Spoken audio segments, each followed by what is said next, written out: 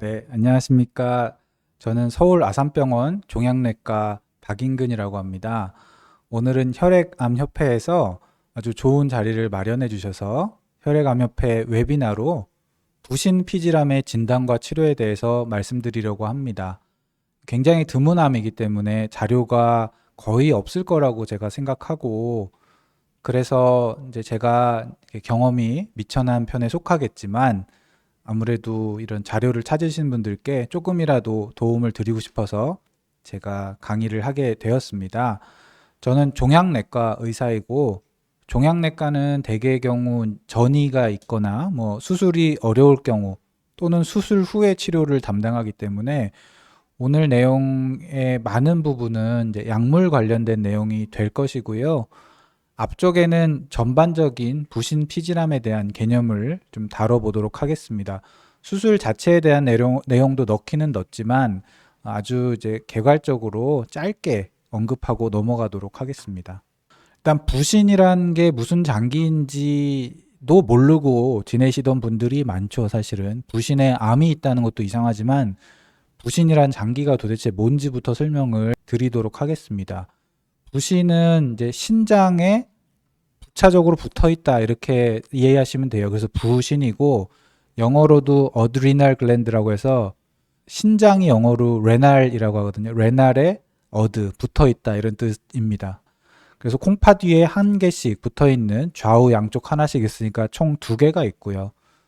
부신을 나눠 보면 부신 피질, 그 다음에 부신 수질이라고 나누고요. 그건 한자인데 피질은 이제 껍데기라는 뜻이고요. 수질은 이제 속에 있다 이런 뜻입니다. 부신암이라고 하면 보통 이제 부신 피질암을 얘기를 하게 됩니다. 부신은 무엇을 하는 곳이냐면 호르몬을 생성하는 기관이고 아주 중요한 호르몬 여러 개를 분비하는 중요한 곳입니다. 그래서 부신에서 나오는 호르몬이 대표적으로 옆에 표에 나와 있고요. 부신 피질, 부신 겉질에서 나오는 것들은 알도스테론, 코르티솔, 그 다음에 성호르몬이라고 하는 것들이 나오고요. 그것들의 기능은 이제 다양한데, 알도스테론은 우리 몸에서 주로 염분 조절에 관여합니다.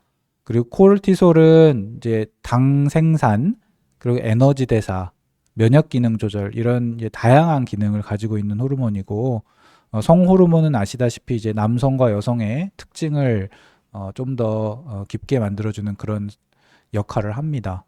부신 수질이라고 하는 데서도 호르몬이 나오는데 카테콜아민이라는 성분이 나오고요. 이거의 주된 이제 기능은 교감신경을 항진시키는 기능입니다.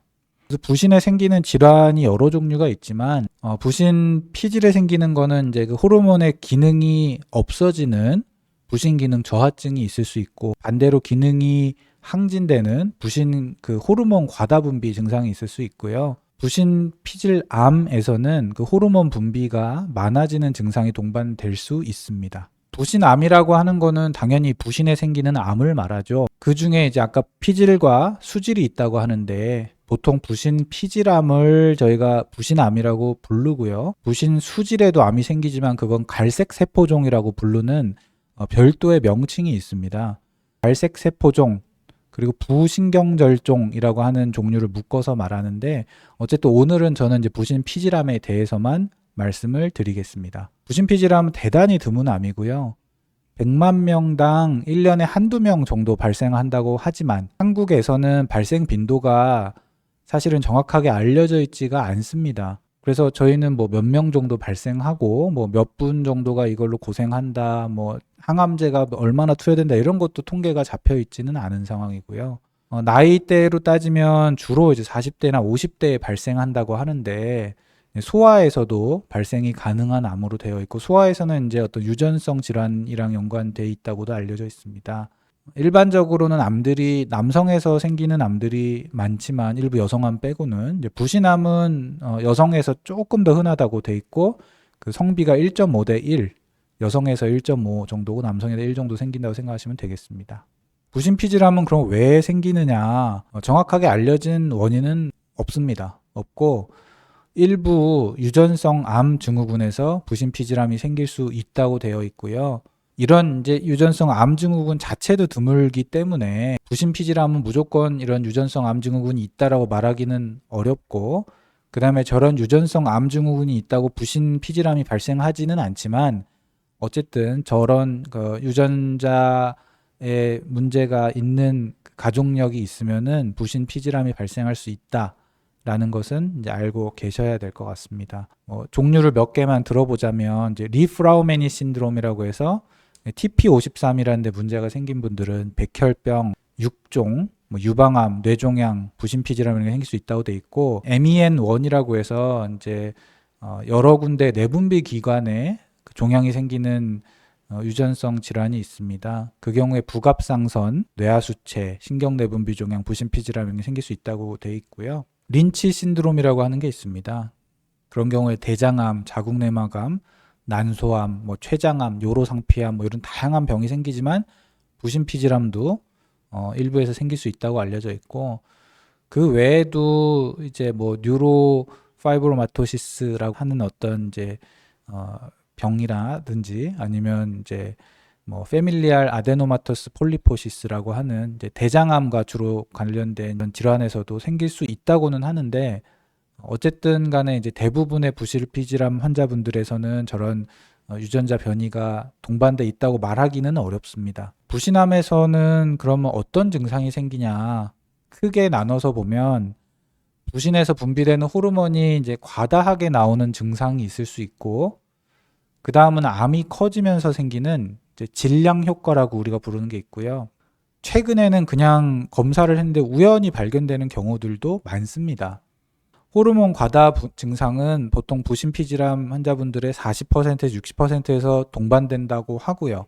아까 이제 부신피질에서 나오는 다양한 호르몬 중에 코르티솔 과다가 가장 흔하다고 알려져 있습니다. 코르티솔이 많이 나오면 쿠싱 증후군이라고 하는 아주 특징적인 형태의 외모로 바뀌게 되고, 그 경우에 이제 일단 살이 많이 찌고, 당뇨병이 있던 분들은 혈당 조절이 갑자기 안 된다든지, 아니면 당뇨가 없던 분들은 당뇨병이 갑자기 생긴다든지, 그다음에 골다공증이 생겨서 이제 골절이 생긴다든지, 근육이 빠지고 이런 다양한 문제들이 동반이 될 수 있고요. 그 다음에 생길 수 있는 게 이제 안드로젠 과다, 남성 호르몬 과다 증상이 생길 수 있습니다. 여성인데 남성형 탈모가 생긴다든지, 아니면 여성인데 콧수염이 난다, 다리에 털이 난다, 이런 분들 가끔 있습니다. 그리고 생리가 불규칙해진다든지 이런 증상들이 생길 수 있고요. 그 다음에 이제 드문지만 이제 에스트로겐 과다가 생길 수 있어서 남성인데 여성형 유방이 있다든지, 아니면 고환이 위축돼서 아주 작게 안 만져진다든지 이런 경우가 흔하진 않지만 있고, 알도스테론이라는 게 과다하게 되면은 이제 혈압이 올라간다든지 칼륨이 떨어진다든지 이런 증상들이 생길 수 있습니다. 어쨌거나 이제 가장 흔한 거는 이제 콜티졸 과다와 여성에게는 이제 남성형으로 변하는 그런 증상이 생길 수 있다는 거 알고 계시면 좋을 것 같고, 제 경험으로는 이제 보면은 갑자기 살이 많이 찐 분들인데 그냥 정말 살찐 줄 알고 지내다 오시는 분들도 계시고요. 여성분들 중에 이제 콧수염 같은 게 나는데 그냥 폐경하면서 생긴 증상인 줄 알고 왁싱만 하고 있었다든지 이런 경우들이 좀 있어요. 그래서 뭔가 좀 이런 좀 일반적이지 않은 범위에 문제가 생기면은 의사와 상담을 받아보는 게 좋습니다. 이게 쿠싱 증후군인 경우에 어떻게 생기나를 이제 좀 극단적인 예들을 좀 제가 보여드린 건데요. 증상이 이제 기력이 없어집니다. 이제 근육이 빠지니까. 그 다음에 혈압이 올라가고, 혈당이 올라가고, 여성분들 같은 경우 월경이 없어지기도 하고요. 그 다음에 안면 홍조라고 해서 얼굴이 이제 빨갛게 막 달아오르게 되고, 그 다음에 여성분들 같은 경우 수염이 날 수도 있고요. 또 보름달 얼굴이라고 해서 얼굴이 진짜 보름달처럼 동그래집니다. 그리고 요거는 이제 버펄러 험프라고 이제 영어로는 얘기하고, 물소 등 같이 생긴 혹이 이렇게 생겨요. 이게 이제 안에 이제 지방 같은 게 들어있는 거거든요. 그리고 살이 갑자기 찌면서 중심성 비만이 생기는데, 이런 식으로 튼살이 이렇게 생기게 돼요. 보라색으로 이렇게 줄무늬가 쫙쫙 가는 게 아주 특징적인 증상이고요. 그 다음에 보면은 이제 피부가 연해집니다. 콜티졸이 많이 나오면. 그래서 멍이 막 자주 들게 되고, 팔다리 근육이 아주 얇아지고, 그래서 제가 보통 거미 체형이라고 표현하는 배는 뚱뚱한데 팔다리는 얇아지는 그런 체형이 생길 수가 있어요. 그리고 호르몬 증상 말고 정말 물리적인 증상, 덩어리가 생기면서 생긴 증상이 있는데 저희가 보통 부신암을 진단할 때 평균 크기가 한 10cm 내외입니다. 10cm면 보면 이제 참외 정도 크기거든요. 이 정도 크기인데 그게 배 안에 이렇게 들어있다고 생각을 해보시면 뭔가 답답한 증상이 생기겠죠. 주위 장기를 누르면서. 정말 크게 온 분들은 제가 수박만한 경우도 본 적이 있어요. 그래서 만지면 막 덩어리가 만져지기도 하고, 그 다음에 뭐 이런 덩어리가 이제 위나 장을 누르면서 너무 배가 부르니까 밥도 못 먹게 되거나, 아니면 아프거나 옆구리가 막 너무 심하게 아프고 등이 아프고 증상이 생길 수 있고, 복부 불편감, 조기 픽만감. 그다음에 옆구리가 아프겠죠. 이제 부신이라는 건 이제 옆구리 쪽에 있거든요. 뒤쪽에. 그러니까 오른쪽 부신에 있으면 오른쪽이 아프고 왼쪽에 있으면 왼쪽 옆구리가 아프고 또는 등이 아픈 경우도 있습니다. 만졌을 때 덩어리가 뭐 수박 같은 게 있기도 하고 그 혈관을 누르면은 다리가 땡땡 붓는다든지 뭐 남성분들 같은 경우 음낭이 붓고 여성분들은 이제 대음순이 붓거나 이런 경우도 있습니다. 그리고 혈액이 잘 이제 심장까지 도달해야 되는데 그렇게 되지 않으면서 혈전증이 생기기도 하고요. 그리고 최근에는 이제 영상 검사를 많이 찍으면서 그냥 정말 우연하게 발견되는 경우가 있습니다. CT를 다른 문제로 찍었는데 부신에 덩어리가 있다든지 뭐 건강검진으로 초음파를 했는데 부신에 이상이 보인다든지 이런 경우가 한 전체 진단되는 분들 중에 20-30%는 돼요. 그래도 드물지만 이제 부신 피질암 때문에 오히려 저혈당증이 생기는 경우가 있습니다. 종양유발성 저혈당증이라고 하는데 최근에는 이런 경우는 거의 뭐 없다고들 알려져 있어요. 그럼 부신 피질암은 어떻게 진단하냐? 저희가 뭔가 덩어리가 만져지든지 아니면 영상에서 우연히 발견된 부신에 무슨 종괴가 있다든지 아니면 겉보기에 그 쿠싱 증후군이 있다든지 여성분인데 뭐 수염이 많이 났다든지 이러면은 뭔가 호르몬 평가를 해서 호르몬에 이상이 있다라는 걸 확진을 해야 되고요. 그다음에 부신의 덩어리가 있을 때 이게 갈색 세포종인 경우가 있습니다. 근데 갈색 세포종이라면 우리가 수술할 때 그냥 바로 수술에 들어가면 굉장히 위험할 수 있어서요. 어쨌거나 부신에 종양이 있다면 그 갈색 세포종을 배제를 무조건 하게 돼 있습니다. 그래서 카테콜라민 검사까지 같이 하게 돼 있고요.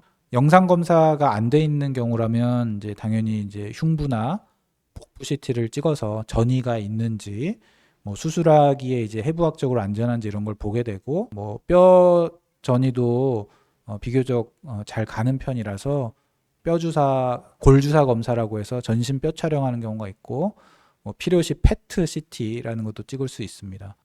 그리고 대개의 경우 저희가 이제 암이 진단되면 조직 검사를 하는 경우가 많은데 부신 피질암 같은 경우는 이제 바늘로 찔러서 하는 조직 검사로는 암인지 아니면 부신의 양성종양인지 구별이 좀 어려운 경우가 있어서 일반적인 경우라면 수술을 바로 하는 경우가 많고요. 딱 봤을 때 되게 전이가 너무 많아서 수술은 어차피 안 되겠다. 그런 경우에는 이제 조직 검사를 하는 경우도 있지만 어쨌든 이제 조직 검사 없이 호르몬 검사로 확진한 다음에 수술로 가는 경우가 종종 있습니다.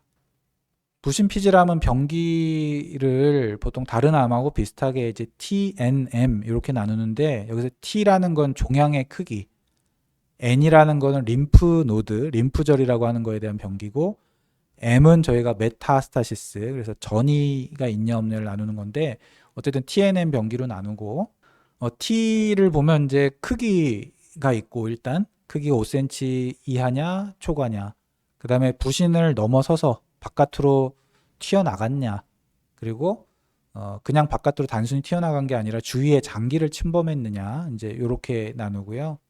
림프절은 림프절 갔냐 안 갔냐 이렇게 나누는 거고 그다음에 전이도 당연히 전이가 있냐 없냐로 나눠서 1, 2, 3, 4기 이렇게 나누고 저희가 보통 2기까지는 비교적 초기라고 생각을 합니다.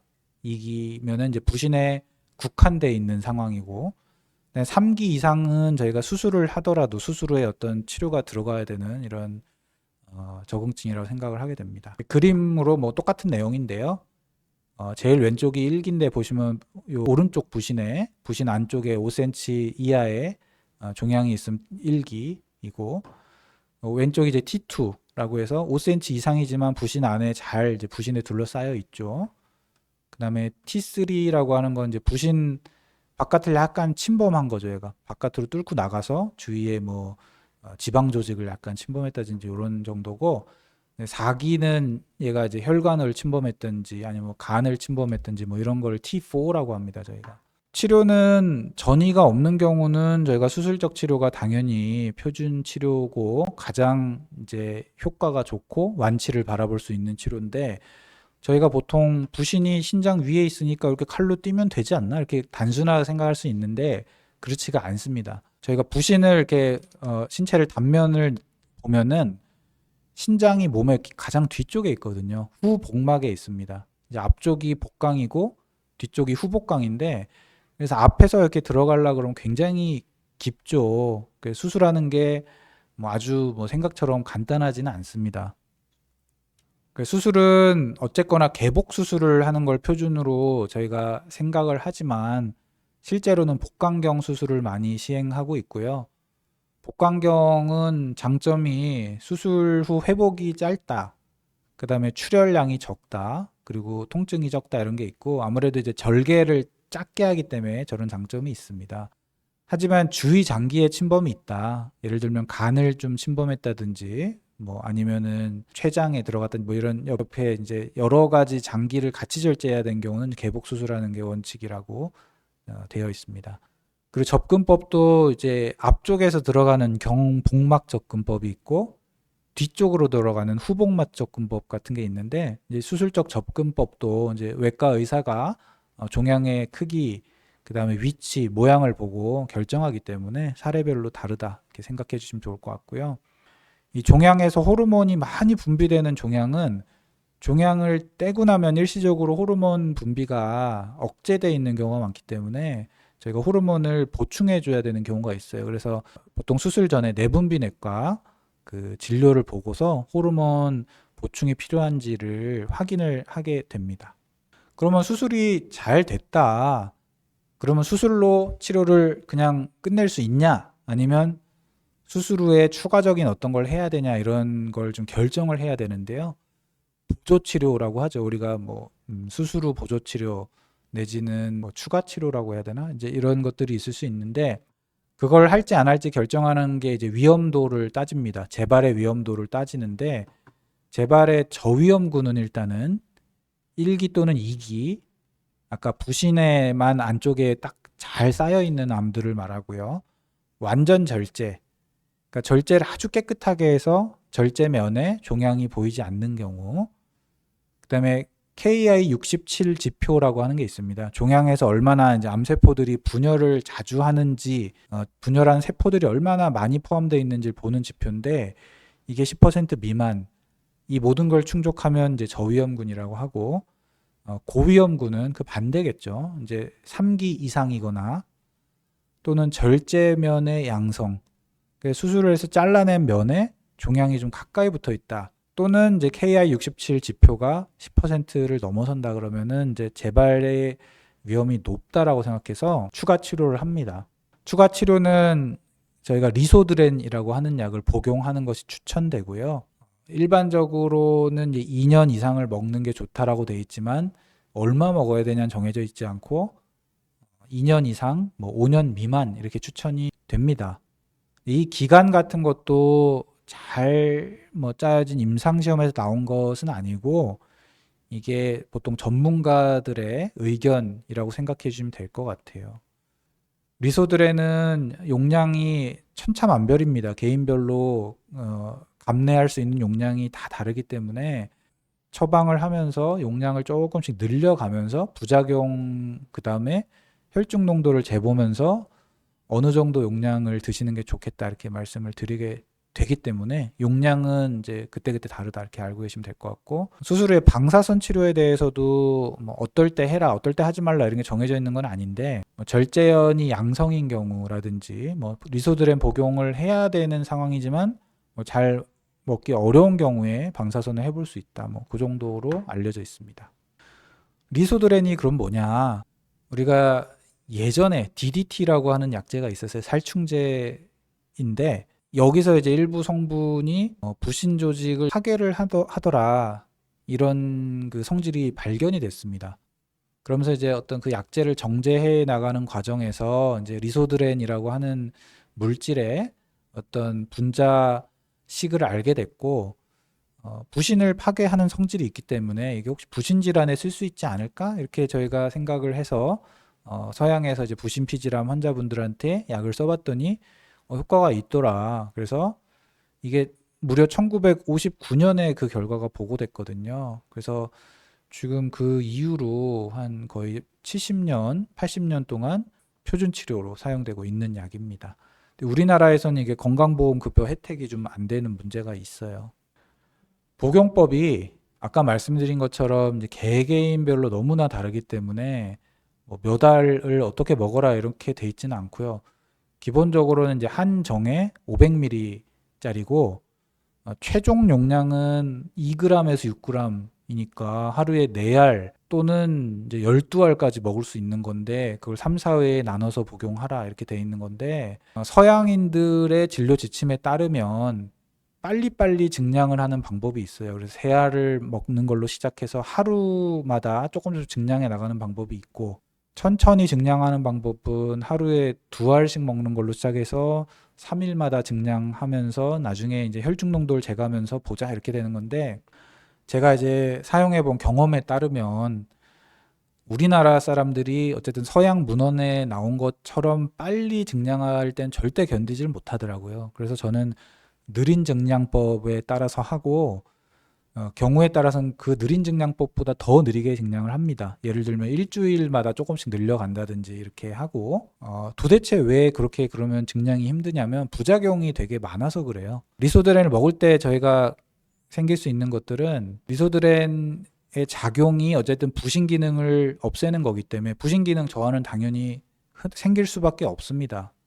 그래서 부신 호르몬을 저희가 줘야 되고요. 그다음에 소화기 부작용이 굉장히 흔합니다. 예를 들면 이제 구역구토감이 굉장히 심해가지고 식사를 도저히 못하겠다는 분들도 계시고 또 뭐 식욕이 없다, 설사한다 이런 분들이 있어요. 이것도 사람마다 너무 다르기 때문에 저용량으로 시작해서 조금씩 늘러가면은 그냥 뭐 괜찮다는 분들도 계시고 또 아주 저용량도 못 견디는 분도 계시고 그래서 일반적으로는 제가 이제 항구토제 성분도 드리고 필요하면 뭐 지사제도 드리고 그렇게 하고 있고요. 그리고 피검사에서 나오는 건데 이제 간 기능 이상이라든지 갑상선 기능 이상, 그다음에 고지혈증 같은 것도 생길 수 있고요.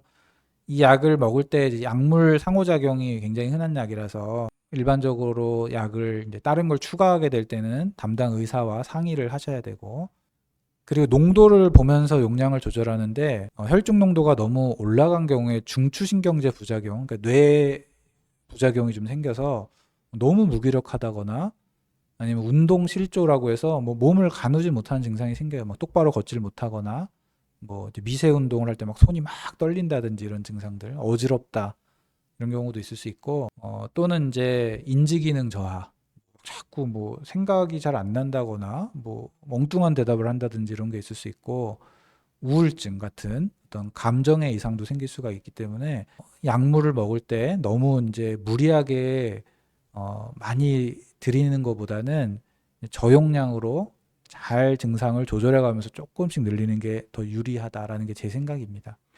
그 외에도 뭐 여성형 유방이라고 남성인데 이제 가슴이 좀 많이 튀어나온다든지 성기능 저하 또는 혈액학적 이상이라고 해서 빈혈, 백혈구 감소, 혈소판 감소 이런 것들도 생길 수가 있기 때문에 저희가 주기적으로 피검사도 하면서 증상도 봐가면서 이렇게 복용을 2년 이상 끌고 가야 되는 그런 상황입니다. 그런 부작용들 때문에 혈액 검사도 하고 뭐 하는데 뭐 혈중 농도 검사를 하는 게 중요한데 이게 되게 드문 질환이고 또 그 질환 중에 리소드렌을 복용하는 분들은 또 일부라서 우리나라에서 되지가 않아요, 검사가. 그래서 측정이 불가하기 때문에 체열을 해서 그걸 뭐 제가 근무하는 병원에서는 이제 미국으로 보내서 검사를 하고 있고 진료 지침에는 3, 4주마다 측정을 하라고 돼 있는데 이게 제가 체열을 한 다음에 보내서 결과를 받기까지 3, 4주가 걸려요. 그렇기 때문에 진료를 보고 체열해서 보내면 다음에 진료를 오실 때 전 그 검사 결과를 볼 수 있는 약간 좀 시간차가 있는 문제가 있습니다. 체열은 보통 이제 최저 농도를 재라고 돼 있어서 아침 투약 전에 체열을 하는 게 좋다고 돼 있고요. 혈중 농도를 14에서 20mg per 리터를 유지를 하라고 돼 있습니다. 그래서 요건 이제 의사들이 신경 쓸 부분이고요. 뭐 간 기능 검사, 그다음에 빈혈, 혈소판, 백혈구 문제가 생길 수 있으니까 혈액학적 검사도 하고 호르몬 검사도 하면서 필요하면 호르몬 보충을 하고 고지혈증 검사 이런 것도 나가게 되어 있습니다. 그리고 남성에서 혹시 뭐 성기능 저하가 있어서 무슨 성기능을 좀 보존하고 싶다 그러면 남성 호르몬 검사를 해서 보충하는 방법들도 있습니다. 약물 상호작용이 되게 흔하다고 말씀드렸는데 약물 대사 효소 중에 이제 아주 중요한 역할을 하는 CYP3A4라고 하는 대사 효소가 있는데 요거를 굉장히 강하게 유도를 해서 여러 약물들의 혈중 농도를 낮춰서 효과가 떨어질 수 있거든요. 예를 들면 이제 수면제 아니면은 뭐 호르몬 제제나 진통제도 일부는 그럴 수 있고 혈압약에도 관여하기 때문에 그 어쨌든 리소드렌 드시는 분들이 뭔가 예전에 먹던 약들이 갑자기 효과가 떨어진다고 같거나 새로운 약을 먹어야 됐는데 이게 리소드렌과 상호작용이 있는지 잘 모르겠다 그러면은 담당 선생님하고 상의를 좀 하셔야 돼요. 지금까지는 수술이 가능한 암에 대해서 말씀을 드렸습니다.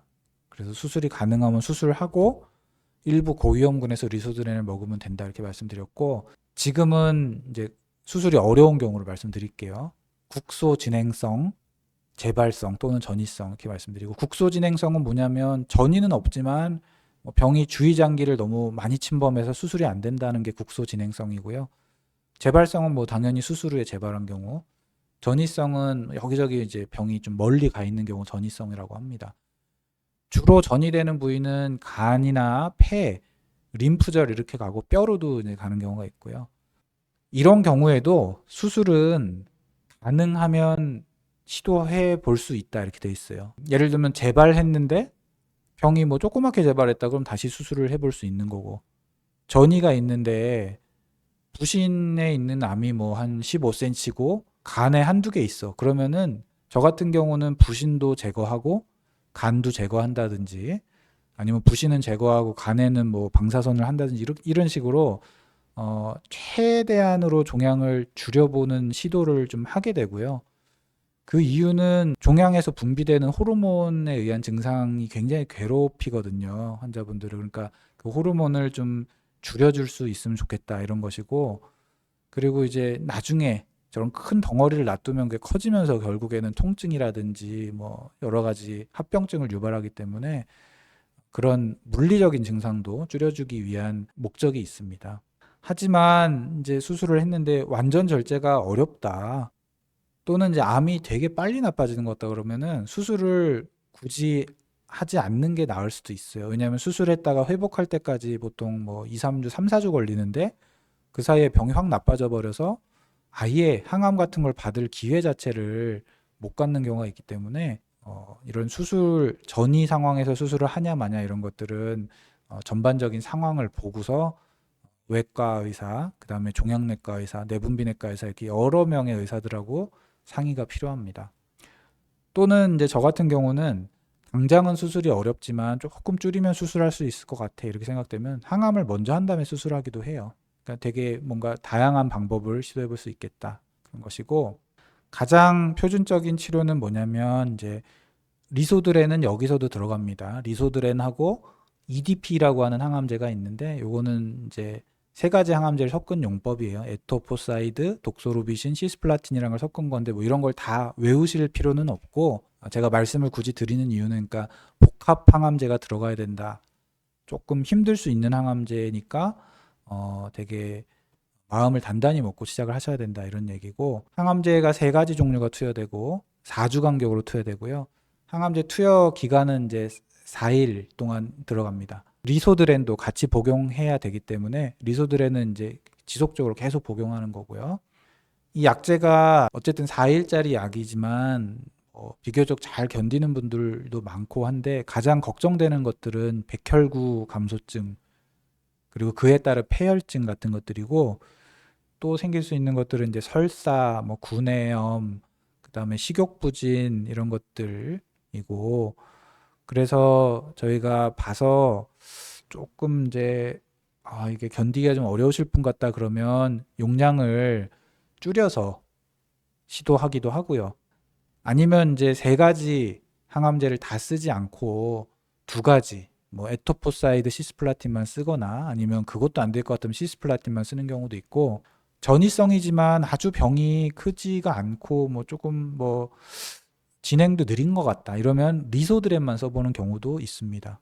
그래서 무조건 뭐 1차 약제는 리소드렌 EDP다 이렇게 알고 계시는 것보다는 저게 가장 강력한 약제이지만 경우에 따라서 좀 감량 또는 항암제 종류를 빼는 경우도 있고 뭐 리소드렌만 먹기도 한다. 이 정도로 이제 의사와 환자 보호자분들 상의해서 결정하는 게 좋겠다라는 게 저의 의견입니다.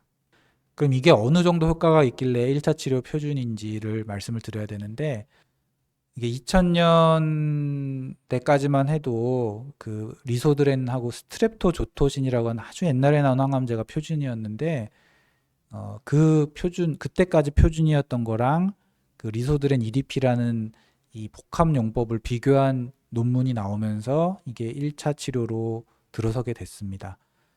반응률이라고 해서 종양이 얼마나 잘 줄어드냐, 줄어드는 분이 비율이 얼마냐를 보는 건데 한 25% 정도 돼요.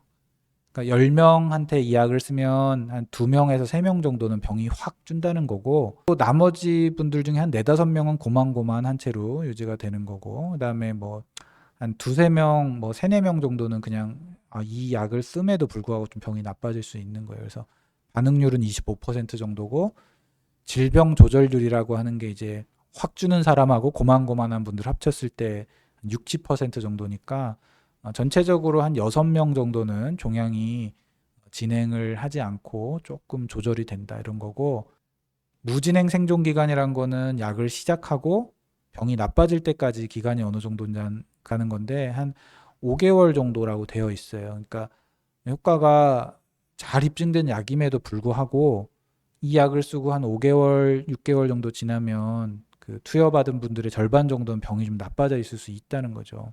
생존 기간은 한 15개월 정도로 저희가 잡아놨는데, 이게 그 연구에서 나온 생존 기간의 결과이고요. 이 생존 기간이란 건 어디까지나 이제 평균 값이거든요. 그러니까 저거보다 생존 기간 짧은 분도 계시고 긴 분도 계신데, 그걸 표현하기 위한 대표값으로 이제 가장 그러니까 평균 수치를 제시한 거기 때문에 모든 분들이 저렇다라고 생각하시면 안 되고, 상황에 따라서는 훨씬 더 긴 생존 기간을 가진 분들도 계시다. 이렇게 알고 계셨으면 좋겠습니다.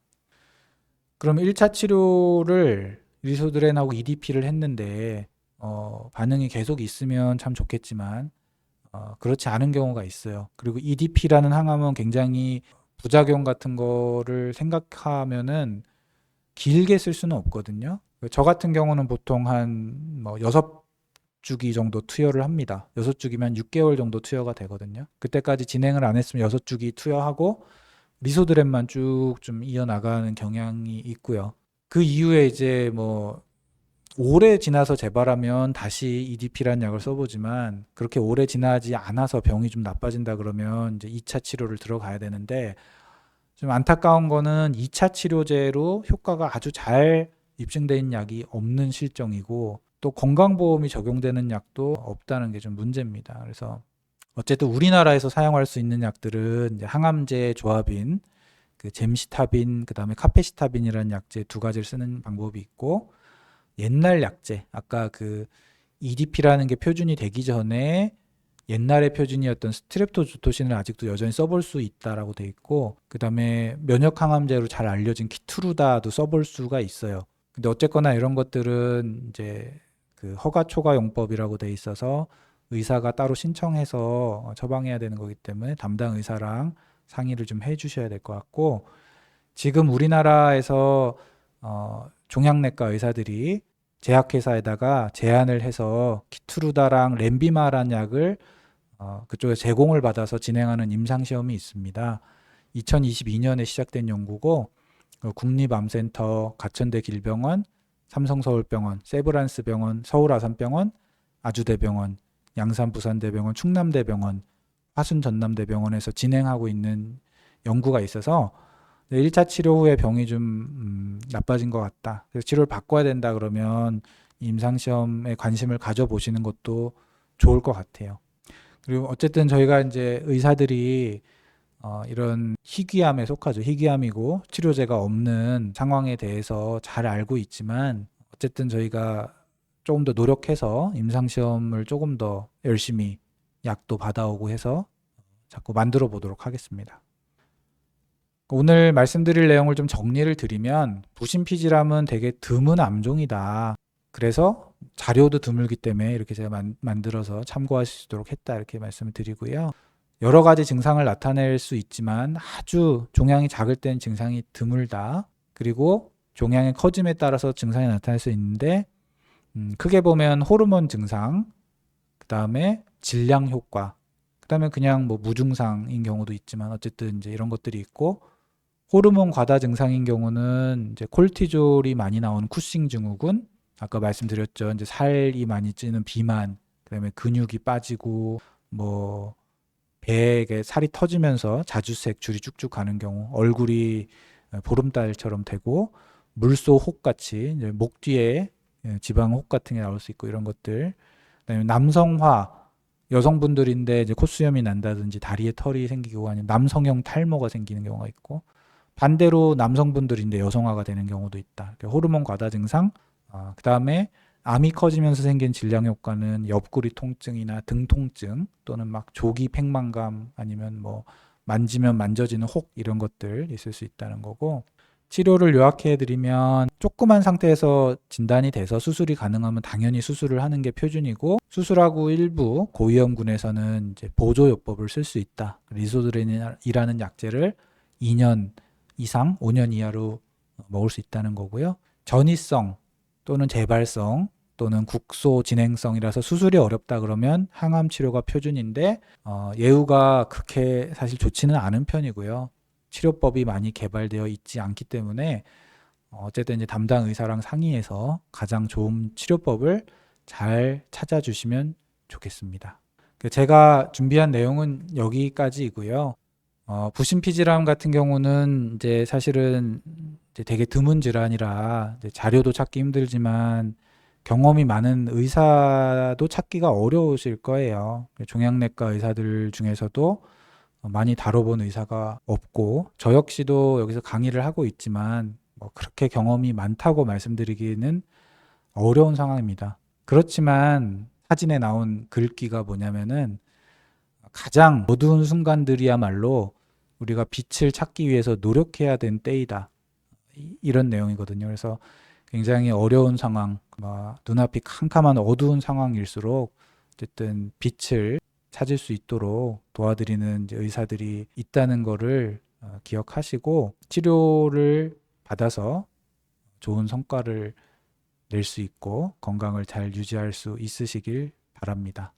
경청해 주셔서 감사합니다.